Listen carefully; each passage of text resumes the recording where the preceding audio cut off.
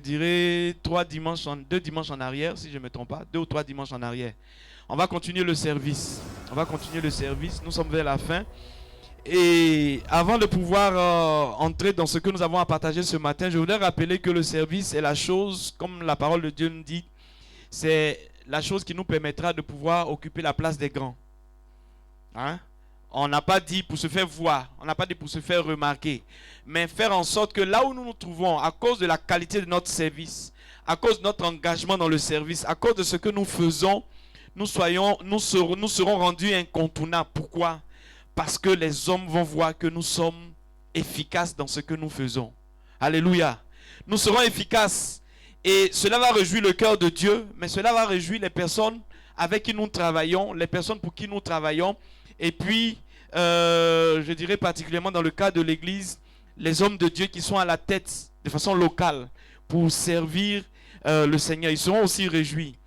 C'est une faveur, une grâce que de pouvoir se trouver en train de faire le service. C'est une œuvre de Dieu. Comme j'aime souvent le dire, j'ai dit que personne parmi nous n'a créé quelque chose sur la terre. On est venu, on a trouvé, comme Job pouvait le dire, je suis venu nu sur la terre. Je vais retourner nu dans le sein de ma mère. Je suis venu, je n'ai rien amené. Je vais retourner, je n'ai rien amené. Non, tout ce qu'on a trouvé sur la terre, on laisse parce que ça ne nous appartient pas. Il y a un vrai propriétaire, c'est l'Éternel. Et donc, quand nous faisons quelque chose, un service ici, nous le faisons pas pour les hommes premièrement, mais pour Dieu. Et ensuite, pour ces hommes que le Seigneur utilise comme gérants. Comme par exemple, dans cette œuvre, le prophète Lévi a été établi comme le gérant. Donc, c'est à lui que nous devons rendre compte. Mais le travail que nous faisons en réalité, c'est pour le Seigneur. Et ensuite, c'est pour lui. C'est pour l'aider dans sa mission et dans la tâche que nous avons vue. Nous avons vu le cœur du serviteur. Et nous avons mis l'accent sur ça parce que sans ce cœur, il sera difficile de faire un travail efficace. Aujourd'hui encore, peut-être nous allons le revoir parce qu'on va prendre des exemples assez pratiques pour nous permettre de pouvoir mieux comprendre tout ce que nous avons dit durant ces jours-là. Voilà, pour ne pas trop traîner dans le temps, je vais m'arrêter là en ce qui concerne le rappel. Et aujourd'hui, nous allons voir les attitudes qui sont recommandées dans le service. C'est-à-dire, il y a des attitudes, il y a des actes, des comportements que nous devons avoir quand nous sommes dans le service. Des choses que nous devons avoir en tête quand nous nous levons pour pouvoir faire le service. Et je vais certainement présenter 2 ou 3 aujourd'hui. Et puis, on va continuer le mardi. Et puis, on va continuer le dimanche prochain. Bon, dimanche prochain, c'est un peu en pointillé parce que je suis en train de penser à quelque chose d'autre. Mais, bon, on va continuer jusqu'à ce qu'on termine. Alléluia, parce que nous estimons que c'est important. Que le nom du Seigneur soit béni. Donc, il y a des attitudes que nous devons avoir quand nous sommes engagés dans un service. Il y a des attitudes que nous devons avoir. La première attitude, c'est que nous devons bien accomplir le service. Ceux qui étaient là le mardi, ils vont remarquer que je suis en train de revenir sur ce que j'ai fait le mardi. Mais je reviens parce que le mardi, il y a beaucoup de frères qui ne viennent pas à l'église. Et ça, ce n'est pas bon. Il faut que ce soit changé, il faut que ce soit corrigé. Le mardi prochain, ce que je vais faire, je ne vais pas revenir là-dessus le dimanche prochain. Donc, faites l'effort pour être présent si véritablement vous voulez exceller dans le service pour glorifier le nom du Seigneur. Alléluia. Voilà, donc la première chose, c'est de bien accomplir le service. La Bible dit que celui qui se relâche dans son travail, il est frère de celui qui détruit. Celui qui se relâche dans son travail, c'est-à-dire on t'a donné quelque chose à faire, tu as commencé à faire et puis tu as abandonné la chose. Tu n'es pas différent du diable, parce que c'est le diable qui détruit. Amen. Tu n'es pas différent du diable, parce que c'est le diable qui détruit. C'est ça son plan. Donc quand tu commences, par exemple, on t'a confié, je prends un exemple, la louange et l'adoration dans l'église. Tu commences. Et puis à un certain moment, tu arrêtes. Tu crées des problèmes à tout le système. Et tu annules tout le travail que tu as fait à l'avance. Que tu as déjà fait. C'est ça la réalité. Quand on est engagé dans quelque chose, il faut que nous puissions aller jusqu'au bout. C'est pour cela que je commence par vous dire que la première attitude, c'est de bien faire le service. Bien faire le service, il y a beaucoup de choses à l'intérieur. Et nous allons voir ces choses-là au travers de la parole de Dieu. Prenons nos Bibles dans Colossiens au chapitre 4, le verset 17. Pour le Colossiens 4, verset 17. Colossiens 4, 17. Et dites à Archip Prends garde au ministère que tu as reçu dans le Seigneur, afin de le bien remplir. Amen. Afin de le bien remplir. C'est Paul qui parle et il donne un conseil à Archip. Il dit, il faut prendre garde au ministère qui t'a été confié, en fait au service. Parce qu'un ministre de l'évangile, c'est un serviteur. C'est un serviteur de l'évangile, un serviteur de l'éternel. Donc, il dit à Archip que il faut prendre garde. Tu as reçu une tâche, il faut veiller sur cette tâche-là, afin de faire quoi? De bien. On a dit quoi?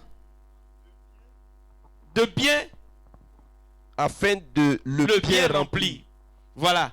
Hein? C'est ce qui est écrit. Mais en réalité, de bien le remplir. C'est une responsabilité que nous avons. Quand nous sommes dans le service, nous devons bien remplir le service. La version parole de vie dit, un mot à Archip. Veille sur le ministère que tu as reçu de la part du Seigneur. Accomplis-le avec fidélité et de tout cœur. Deux choses. Là-bas dans la version second, on nous dit bien rempli. Il faut bien le remplir. Dans la version parole de vie, on dit accomplis-le avec fidélité et de tout cœur. Ça veut dire quoi? Bien remplir le service, c'est accompli avec fidélité. Et c'est aussi accompli de tout cœur. Accompli avec fidélité, ça veut dire quoi? Quand on parle de la fidélité, on parle de l'attachement à des valeurs, à des principes, à des accords, à des éléments sur la base desquels on a décidé de marcher. Quand par exemple on te demande de faire le balayage dans l'église, ou bien tu t'es engagé à faire le balayage dans l'église, le balayage répond à certains principes. Le balayage répond à certains principes. Tu ne vas pas venir dans le temple pour balayer avec ta main. Bon, ça peut arriver, hein? On peut innover. Ça, c'est possible.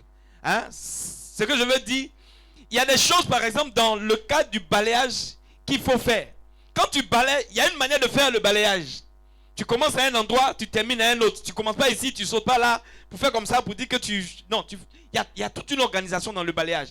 Et pour pouvoir réussir le balayage, il faut être fidèle à cette organisation, à cette façon de fonctionner. Pour pouvoir réussir, il faut être fidèle. Et la fidélité repose sur ça. Mais la fidélité aussi repose sur le fait que quelqu'un t'a demandé de le faire. Quelqu'un t'a mandaté. Ou bien tu t'es levé, tu as dit que tu vas le faire. Si tu le fais, tu l'as dit dans l'église, tu as dit que tu veux le faire. Tu le fais parce que quoi? Tu veux rendre gloire à Dieu. Et ce Dieu-là, il t'attend dans le travail à partir d'un certain nombre d'éléments. Et ces éléments-là, il y a la fidélité. Parce que Dieu voit la propriété dans l'église comme quelque chose, je dirais, de particulier. Et cette façon de voir, tu dois pouvoir arriver à comprendre la pensée de Dieu par rapport à ça, pour t'attacher à cette pensée de Dieu. Qu'est-ce que Dieu veut? Et c'est ce que Dieu veut là, qui doit être l'élément sur lequel tu dois t'appuyer, et puis à partir duquel tu dois rester fidèle. Donc dans tous les services, il y a des normes qui sont établies. Et la fidélité consiste à respecter ces normes-là. La fidélité aussi consiste à entrer dans la tête de celui qui t'a engagé dans le travail pour faire ce qu'il te demande. C'est pour cela dans une entreprise, quand vous arrivez, quand vous postulez un poste, on vous donne ce qu'on appelle un cahier de charge. C'est-à-dire dans ce cahier de charge, dans les attributions, il y a les attributions. Tout ce que tu dois faire est contenu dans le chose. On te donne un règlement intérieur. Le règlement intérieur a les normes, les lois à partir desquelles tu dois fonctionner.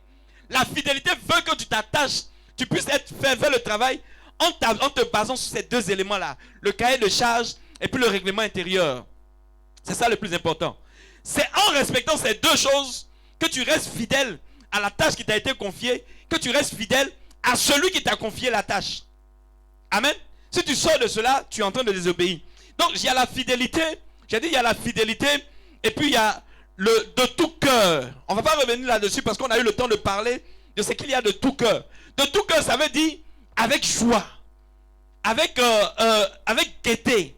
C'est-à-dire, tu n'es pas contraint à faire quelque chose, mais tu le fais parce que tu estimes que c'est ce qu'il faut que tu fasses. Ça te procure la joie, ça te procure la tranquillité et la satisfaction. Tu peux ne pas apprécier peut-être le travail que tu fais. Tu peux ne pas peut-être apprécier.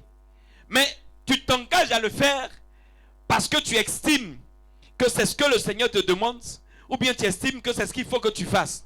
Tu peux ne pas apprécier. Je vais vous donner un exemple. aller nettoyer dans les toilettes, je ne pense pas que quelqu'un aime ça. Hein?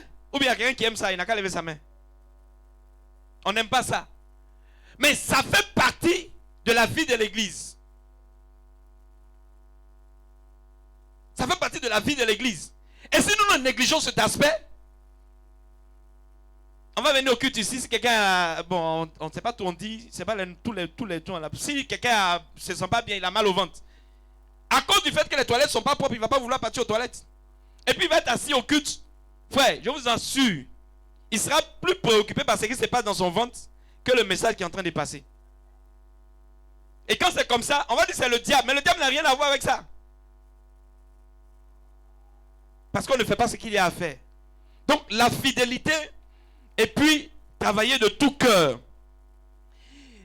Dans Colossiens, toujours Colossiens 4:7, dans la version parole de vie, on nous dit: tu es chargé d'un travail au service du Seigneur. Fais-le correctement. Bien faire, c'est fait correctement. Quand on parle de correctement, on parle de correct. Alléluia. Ce qui est correct, c'est ce qui est juste, c'est ce qui est bon, c'est ce qui est droit. Et le Seigneur nous exhorte ce matin à accomplir, à bien accomplir le service, mais de le faire correctement, de le faire avec fidélité, de le faire de tout notre cœur. Alléluia. Prenons un autre passage. 2 Timothée chapitre 2 verset 15. 2 Timothée 2 verset 15.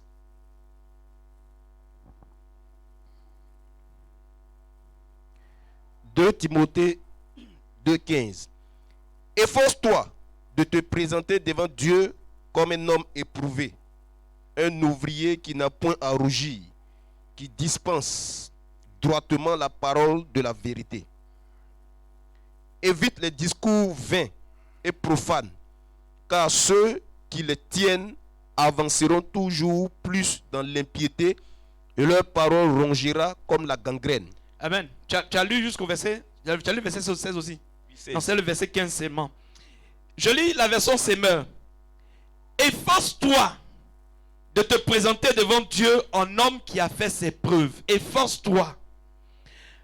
En ouvrier qui n'a pas à rougir de son ouvrage, parce qu'il transmet correctement la parole de vérité. On nous présente une forme de service, c'est l'enseignement. Mais ça va, ce principe, cette vérité-là va avec tous les autres services. Hein? Et on nous dit, bien accomplir sa tâche, c'est d'abord s'efforcer. S'efforcer. Tout à l'heure, j'ai dit qu'on n'aime pas. Par exemple, le nettoyage des toilettes. Même, bon, soyons réalistes, hein, travail là. On n'aime pas ça. Hein? Un service, il y a un travail à faire. Il y a des efforts à faire, des sacrifices. On n'aime pas là où il y a sacrifice, on n'aime pas là où il y a des efforts. Mais le passage nous demande, nous dit que travailler là, bien accomplir la tâche, c'est s'efforcer. S'efforcer, c'est-à-dire faire tout son effort, s'investir, se surpasser pour arriver à accomplir ce que nous avons à faire. C'est ça bien accompli. Hein? Et puis dans la parole vivante, toujours le même passage, il dit applique-toi à rester irréprochable. Et il continue, il dit que ton ambition soit de pouvoir te présenter devant Dieu en homme digne d'approbation. Ça veut dire quoi? Ça veut dire que quand tu es engagé dans un service, tu dois avoir une ambition. Ici, on parle du service de Dieu. Donc, celui à qui on rend compte directement, c'est à Dieu. Mais dans le service qui nous est confié, on a à rendre compte à quelqu'un. Donc, on nous dit de faire en sorte que nous ayons dans notre esprit, quand nous servons, de faire quoi? De faire en sorte que celui pour qui nous servons, celui pour qui nous travaillons, celui pour qui nous faisons le service, ou celui que nous servons, dans le cadre du service, n'est pas quelque chose à nous reprocher. C'est ça, bien faire le travail. Qu'il n'est pas quelque chose à nous reprocher. Que nous puissions nous présenter, et ça doit être notre ambition. Ce que nous voulons atteindre, ce que nous voulons faire. Faire en sorte que nous puissions nous présenter devant celui qui nous a confié le travail en homme digne d'approbation. En homme digne d'être félicité. En homme digne d'être honoré. C'est ça, bien faire le service. Hein, on se rappelle de la parabole des talents. Quand le Seigneur reçoit les serviteurs, il a dit: bon et fidèle serviteur. Donc, nous devons, à la fin de notre service, celui que nous avons servi puisse dire bon et fidèle serviteur. Celui que nous avons assisté puisse dire bon et fidèle frère. Amen. Et c'est notre responsabilité. Nous devons nous appliquer. Nous devons nous présenter comme de bons ouvriers. Alléluia. Et c'est ça, c'est en cela que se trouve le sens de bien faire le service. Alléluia. Le deuxième élément que je vais venir pour qu'on puisse gagner en temps. Le deuxième point. Le premier, c'est bien faire le service. Le deuxième point, c'est faire plus que ce qui t'est demandé. Faire plus que ce qui t'est demandé. Faire plus que ce qui t'est demandé. On va prendre pour cela le livre de Genèse au chapitre 41. Genèse 41. À partir du verset 15 jusqu'au verset 41. Genèse 41, verset 15 à 41. Genèse Je vais te donner certains passages que tu vas lire et pour qu'on puisse gagner du temps. Verset 15. Pharaon dit à Joseph, j'ai eu un songe. Attends, qui parle? C'est Pharaon qui parle à Joseph. Donc Pharaon, il va le dire tout à l'heure, il a eu un songe. Et il a cherché l'explication de son songe. Il a vu tous ses collaborateurs. Il a vu tous ceux qui pouvaient voir dans son pays, dans le but de pouvoir lui donner l'interprétation du songe. Mais personne n'a pu lui donner le songe. Et heureusement pour lui qu'il avait un homme qui avait vécu, un de ses collaborateurs, un de ses ouvriers, qui avait vécu une expérience dans la prison, pendant qu'il était en prison. Lorsque le roi l'avait mis en prison. Et celui-là a décidé, il s'est rappelé de cela et puis il a dit à son maître qu'il y a quelqu'un dans la prison qui peut te donner les explications du rêve, après lui avoir raconté le rêve. Et donc il a fait venir qui? Joseph. Donc il est en train de parler ici à Joseph. Écoutons ce qu'il dit au verset 15. Pharaon dit à Joseph, j'ai eu un songe, personne ne peut l'expliquer. Et j'ai appris que tu expliques un songe après l'avoir entendu. Joseph répondit à Pharaon en disant, ce n'est pas moi, c'est Dieu qui donnera une réponse favorable à Pharaon. Amen. Donc, Pharaon dit à Joseph, voilà la situation. J'ai un songe, personne n'a pu me donner l'explication. Mais j'ai appris que toi tu le fais. Et puis, il dit, Pharaon dit, il va raconter, et puis Joseph va expliquer. Puis Joseph dit à Pharaon que c'est pas moi qui explique, mais c'est Dieu qui le fait. J'apprécie la sincérité de Joseph. Parce que si c'est lui seul là, je ne pense pas qu'il ait la capacité de pouvoir répondre. C'est parce que l'Éternel fait grâce. Donc, dans le service, il faudrait que nous puissions savoir que c'est Dieu qui fait grâce, qui nous donne la capacité de pouvoir faire ce que nous faisons. Ça, c'est un élément qui n'a rien à voir avec ce que je suis en train de vous faire sortir. Mais ici, qu'est-ce qu'on a demandé à Joseph? Il a demandé à Joseph, il a dit à Joseph que on m'a dit que tu peux donner l'explication. Donc, qu'est-ce qu'il demande en réalité à Joseph? De lui donner quoi? L'explication concernant le songe qu'il a eu. J'ai besoin qu'on m'explique. Il n'a pas dit autre chose. Amen. Mais lisons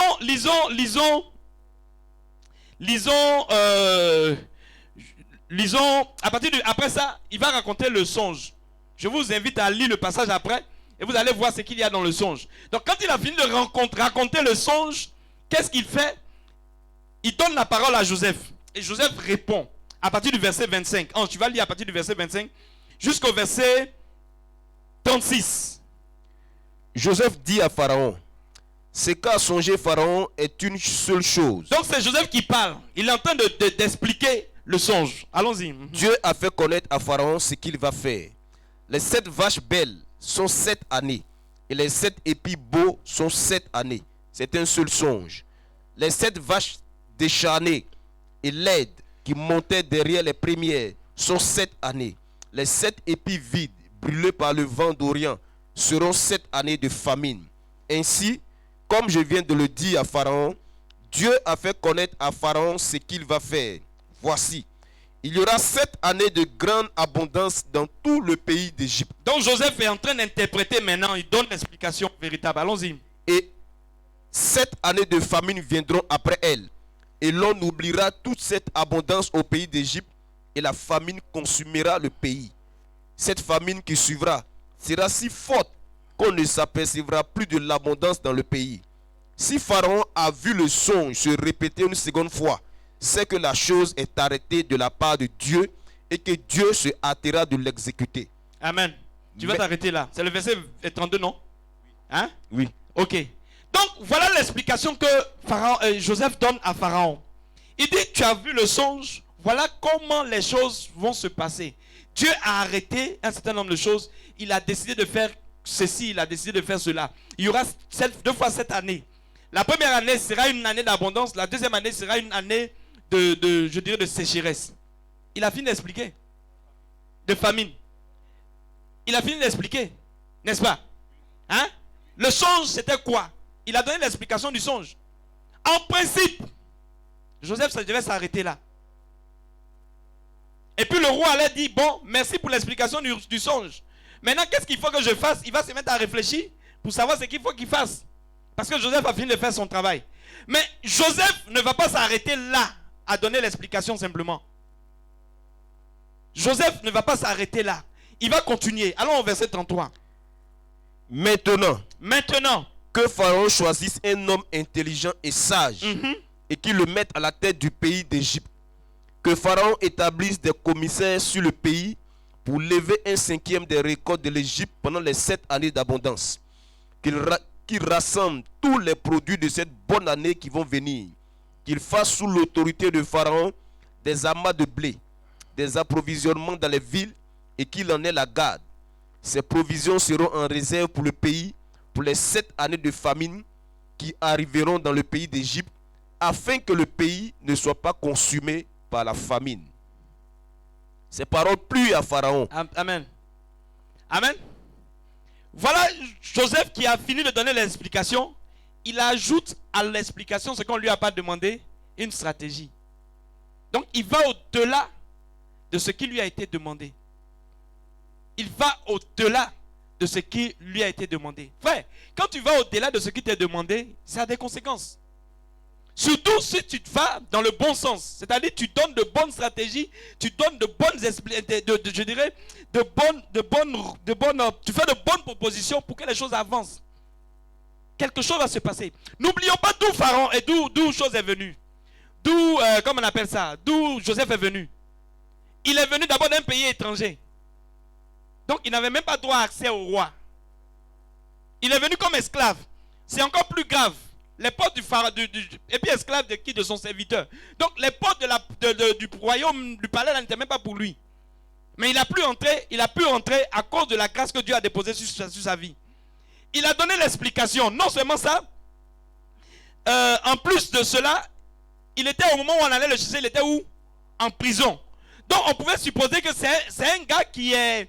Je dirais quand on met quelqu'un en prison, c'est parce qu'il a fait quoi? Il est coupable de quelque chose. Donc on peut le suspecter d'être une mauvaise personne. Mais tout cela, c'est la grâce de Dieu qui a fait qu'il a été positionné. Frère, c'est à cause de la grâce de Dieu qu'on sait. C'est à cause de la grâce de Dieu qu'on sait. Donc ça ne sert à rien de se taper la poitrine. Ça ne sert à rien de dire que je suis expert, je suis professionnel. Ça n'a pas de sens. Ça n'a pas de sens. Je sais faire là, ça n'a pas de sens. Tu peux savoir faire. Mais si la faveur de grâce de Dieu n'est pas sur toi, frère, tu vas rester là dans le néant. Tu ne vas pas évoluer. Dans le cimetière, il y a beaucoup de personnes qui avaient des connaissances, mais qui sont parties avec leurs connaissances, qui n'ont pas pu réaliser ce qu'ils avaient prévu de faire. Pourquoi? Parce que la grâce de Dieu pour eux ne s'est pas manifestée. Comprenons ça. Hein? Comprenons ça. Il n'y a pas quelqu'un qui est plus intelligent, plus fort que son camarade. Ça n'existe pas. C'est la grâce de Dieu qui te donne la capacité de le faire. C'est la grâce de Dieu qui fait que tu es positionné. Il faut être reconnaissant à l'Éternel au lieu de te gonfler. Alléluia, c'est important. Joseph a fini de donner la stratégie. Écoutez la suite. Pour que vous puissiez bien comprendre que lorsqu'on va au-delà, il y a ses conséquences. Allons-y. Ces paroles plurent à Pharaon et à tous ses serviteurs. Et Pharaon dit à ses serviteurs: trouverions-nous un homme comme celui-ci, ayant en lui l'esprit de Dieu? Et Pharaon dit à Joseph: puisque Dieu t'a fait connaître toutes ces choses, puisque Dieu t'a fait connaître toutes ces choses, il n'y a personne qui soit aussi intelligent et aussi sage que toi. Je t'établis sur ma maison et tout mon peuple. Je t'établis sur ma maison et sur tout mon peuple. Et tout mon peuple obéira à tes ordres. Et tout mon peuple obéira à tes ordres. Le trône seul m'élèvera au-dessus de toi. Pharaon dit à Joseph, vois, je te donne le commandement de tout le pays d'Égypte. Je te donne le commandement de tout le pays d'Égypte. Pharaon ôta son anneau de la main et le mit à la main de Joseph. Il le revêtit d'habits de fin lin et lui mit un collier d'or au cou. Il le fit monter sur le char qui suivait le sien, et l'on criait devant lui à genoux. C'est ainsi que Pharaon lui donna le commandement de tout le pays d'Égypte. C'est ainsi que Pharaon lui donna le commandement de tout le pays d'Égypte.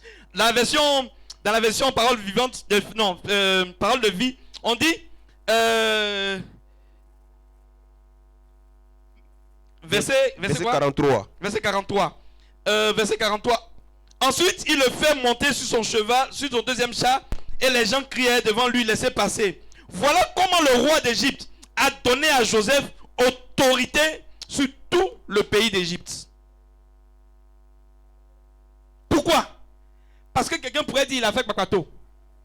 Il a fait ce qu'on ne lui a pas demandé. On t'a demandé d'expliquer, tu as dépassé le demander d'expliquer, tu as ajouté quelque chose. On n'a pas, quand on dit Kpakpato là, c'est dans le mauvais sens. Hein. Mais quand c'est dans le sens de construire, ça devient autre chose. Et quand tu vas au-delà, frère, tu donnes à la personne qui est en face de toi de te considérer d'une certaine manière et puis de te positionner. Tu deviens une personne digne de confiance. Donc on t'a demandé de venir balayer. Tu as commencé à balayer. Tu as vu qu'au-delà de balayer, tu peux faire beaucoup d'autres choses. Tu peux nettoyer les chaises. Tu peux essuyer les bâches. Tu peux faire arranger où on t'a pas demandé de partir. Même aller dans les toilettes, tu peux le faire. Frère, quand tu commences à faire cela, tu te rends incontournable. Joseph est devenu pour Pharaon un instrument, un homme incontournable. Pourquoi? Parce qu'il allait au-delà. Il a fait des propositions dans le sens de construire, dans le sens de faire avancer. Malheureusement, on se contente de faire ce qu'on nous demande de faire. Ça, on le voit souvent dans l'administration. On t'a mis à un poste, tu te contentes de faire ce qu'il y a à faire. Frère, si tu ne vas pas au-delà, tu ne peux pas marquer les hommes et puis on ne peut pas t'élever, on ne peut pas te confier d'autres tâches. Va au-delà de ce qui t'est demandé, tu vas recevoir la faveur et puis la grâce de ceux qui t'ont positionné. Alléluia. Joseph est devenu le maître de l'Égypte. Qui a fait mettre Joseph en prison? Qui a fait mettre Joseph en prison? Joseph est devenu le maître de Potiphar. Parce qu'il a su saisir une occasion. Et dans cette occasion, il est allé au-delà de ce qu'il lui a été demandé. Il a bien fait son service. Il a rendu exactement, fidèlement ce que le Seigneur lui a demandé de faire. Et il allait au-delà. Ça lui a valu quoi? Un positionnement. Ça lui a valu une élévation. Amen. Je vais prendre un autre passage. Genèse 24. Genèse 24. C'est un texte qui est assez long. Je vais le prendre pour illustrer. J'ai encore une dizaine de minutes. Je vais le prendre pour illustrer peut-être les autres éléments. Mais c'est important. Genèse 24. Je vais vous situer le contexte. La Bible dit que Abraham était devenu vieux. Il était avancé en âge. Et il voulait choisir une femme pour son fils. Qu'est-ce qu'il fait? La première des choses qu'il fait, il appelle un de ses serviteurs. La Bible dit que c'était le plus âgé de ses serviteurs. Celui-là qui administrait tous ses biens. C'est lui qui gérait tous ses biens. Frère, il n'a pas choisi n'importe qui.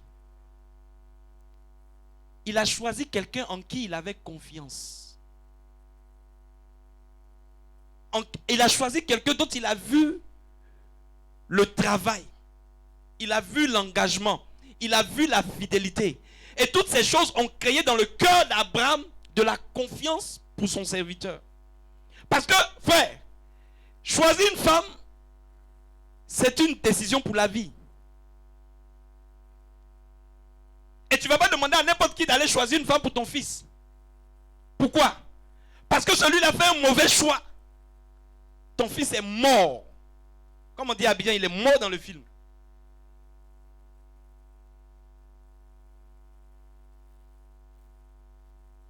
Vous voyez?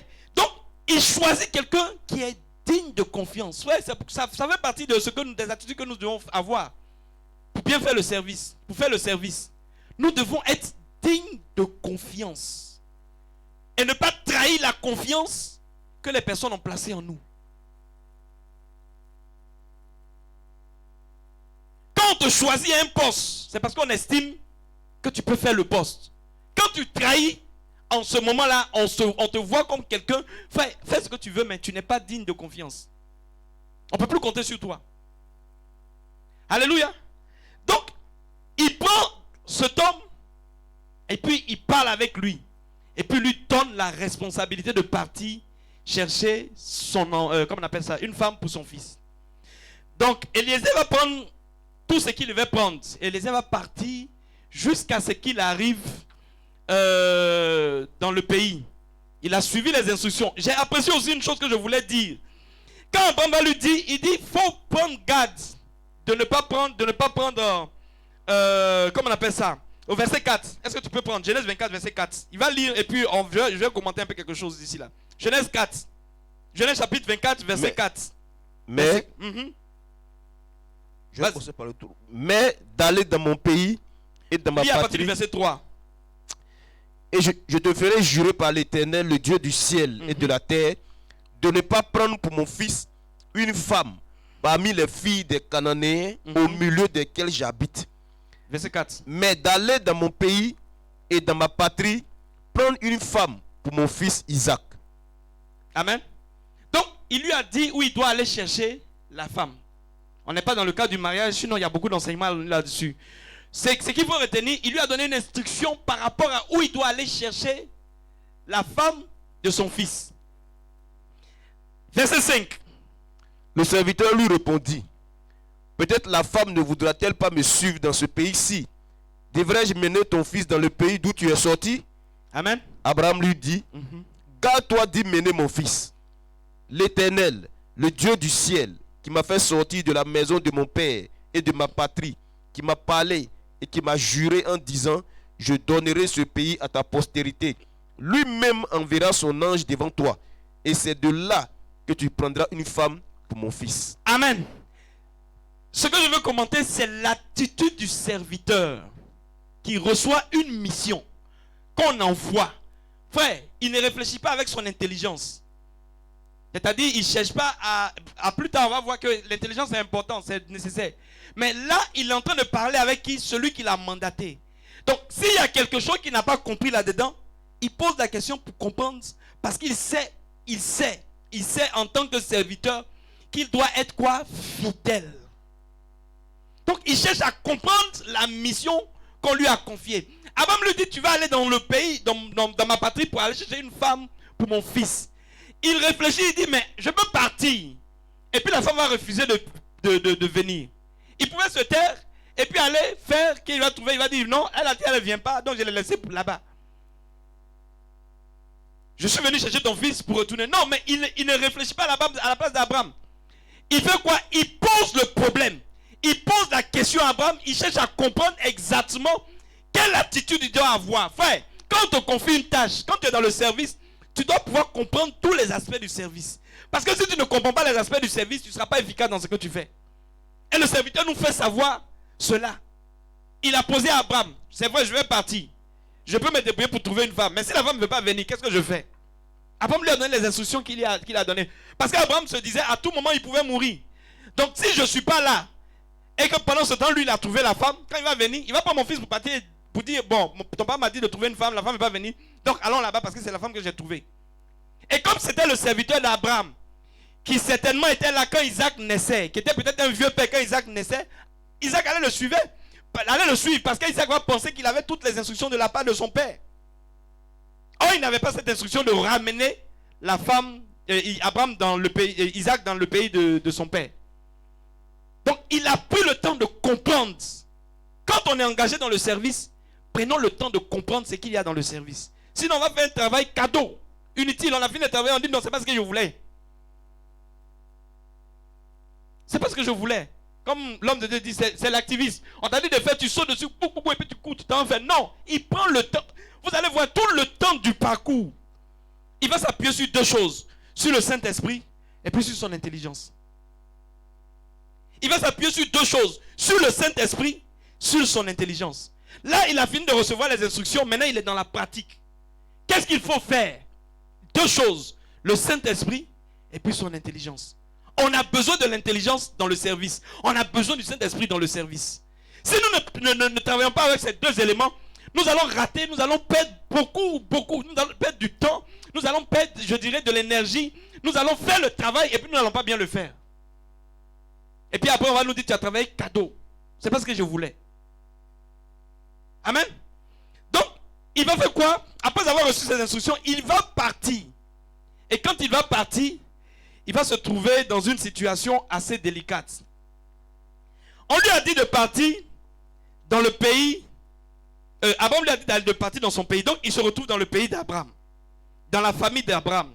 Dans le village d'Abraham, si je veux traduire ça comme ça. C'est pas parce qu'on a dit d'aller prendre une femme dans le village d'Abraham qui va se lever comme ça et puis va courir pour aller chercher une femme. Bon, ma chérie, tu es jolie, hein? Bon, pardon, mon maître là, mon petit maître là, il a besoin d'une femme. Comme tu es jolie, là, viens en partie. S'il a pris une femme là-bas, là, il a pris n'importe quelle femme et puis il l'a amenée à est-ce qu'il n'a pas fait le travail? On lui a demandé de faire quoi? De prendre une femme et puis de l'amener. Mais il ne va pas réfléchir de la sorte. Il va chercher à être dans la pensée de son maître. Qu'est-ce que le maître veut que je fasse? Si je dois prendre une femme pour lui, ce n'est pas n'importe quelle femme, c'est une femme de qualité. Donc si je dois faire un travail, il faut que le travail soit un travail de qualité. Il faut que je fasse bien. Il va s'arrêter au puits. Ce n'est pas au hasard s'il est arrivé au puits et puis s'il s'est arrêté au puits. Il pouvait laisser les chameaux en dehors de la ville et puis rentrer dans la ville pour aller chercher une femme. Mais il s'arrête au puits. Pourquoi? Parce qu'il sait que le maître, son maître qu'il a envoyé, veut une femme de qualité pour son fils. Et qui parle de qualité, parle d'une femme qui remplit toutes les conditions de qualité dont un homme a besoin pour vivre épanoui. Alléluia. Donc il s'arrête là. Pourquoi? Parce qu'il sait qu'une qualité importante, une qualité nécessaire pour une femme dans le foyer, c'est quoi? C'est le travail. Et les femmes qui travaillent, à l'heure du puits, elles se retrouvent au puits, mais elles ne sont pas à la maison. Et il était l'heure du puits. Donc il s'est dit, au lieu de rentrer, je m'arrête là, et puis je vais voir celles qui vont venir puiser. De toute façon, les paresseuses ne viennent pas puiser. Ça, c'est la première des choses. Je parle aux frères, dans vos choix. Je parle aux sœurs, dans vos comportements, dans vos attitudes. Je parle aussi aux frères dans le comportement et dans les attitudes. Le travail là, c'est important pour bâtir, je dirais, une vie de couple. Et le serviteur a compris cela. Il prend son temps, il dit, je suis là. Les femmes qui travaillent là, elles vont venir. Et puis à partir de ce moment-là, je pourrai choisir celle qui est bien pour mon maître. Mes frères, au puits là, on ne sait jamais. Peut-être il y a une femme paresseuse. Ça peut arriver. Elle est paresseuse. Mais le jour J là, sa maman a crié sur elle. Son papa l'a chicoté. Va au puits forcé. Et puis on l'a fait partir au puits. Donc elle a pris le panier. Ce jour-là, par la chance que la grâce de Dieu, elle se retrouve au puits. Ça peut arriver. Enfin, le seau. Par la grâce de Dieu, elle se retrouve au puits. Donc elle fait partie des personnes qui ont été sélectionnées selon le critère de choses, comme on l'appelle, du serviteur. Elle est venue au puits. Donc c'est une femme travailleuse, quelle que soit la manière dont elle est arrivée.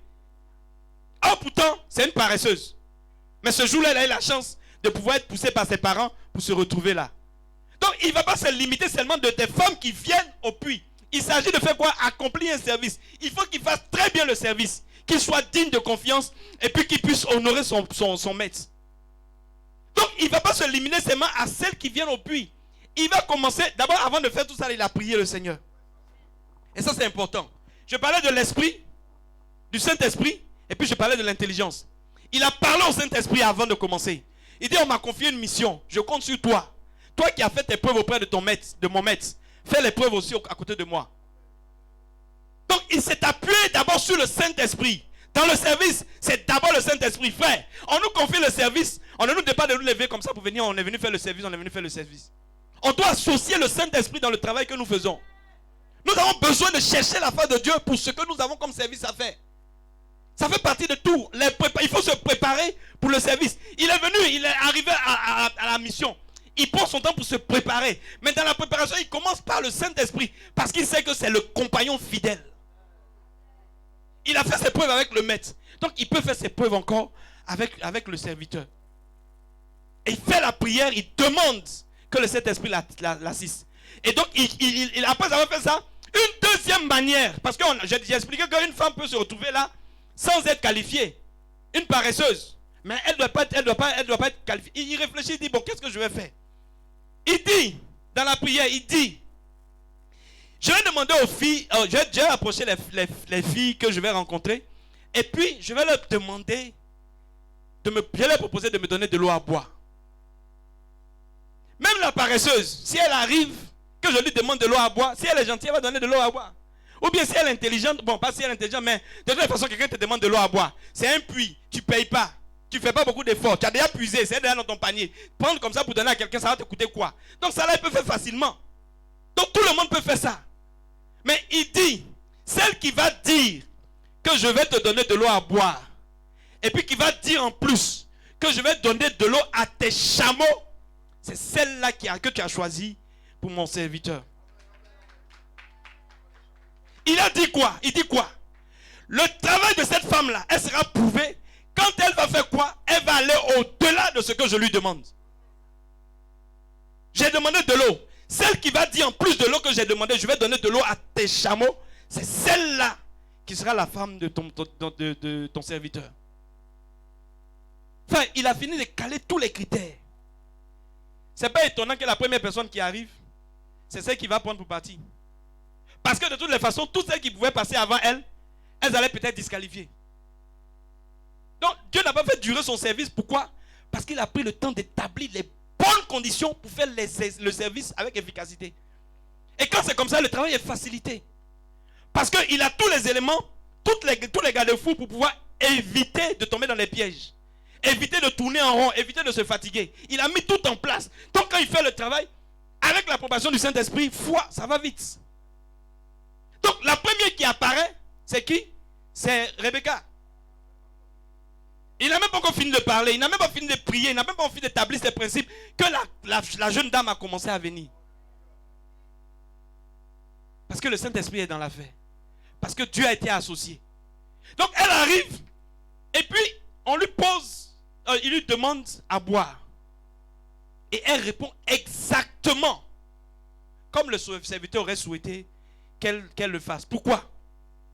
Parce qu'elle avait dans son cœur le désir d'aller au-delà, de servir comme il se doit. Le monsieur a demandé de l'eau. Si lui il a soif, et c'est chameau alors. Elle a compris qu'elle devait aller au-delà. Frère, un chameau, c'est comme des litres d'eau il boit. Hein? Ça varie entre 80 et 100 litres. 80 litres et 100 litres. Oh, ils étaient... Hein? 1000 litres. 1000 litres. Non, c'est trop. 1000, c'est beaucoup. C'est beaucoup. 180 essence. 1000, c'est beaucoup. Hey, 1000. Hein? Et puis, bon, même si